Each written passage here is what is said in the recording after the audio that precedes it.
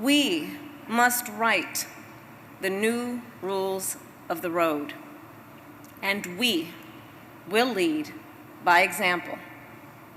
Today, we are taking a major step forward in this effort, a step that specifically addresses the problem of destructive missile tests in space, like the one Russia took in November.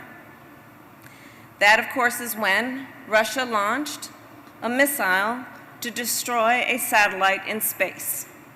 In 2007, China conducted a similar test. These tests are part of their efforts to develop anti-satellite weapons systems. These tests, to be sure, are reckless, and they are irresponsible.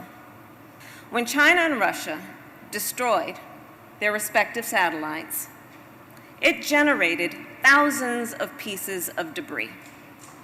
Debris that will now orbit our Earth for years, if not decades.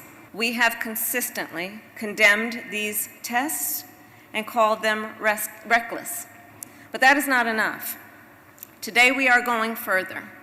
I am pleased to announce that as of today, the United States commits not to conduct destructive, direct ascent, anti-satellite missile testing.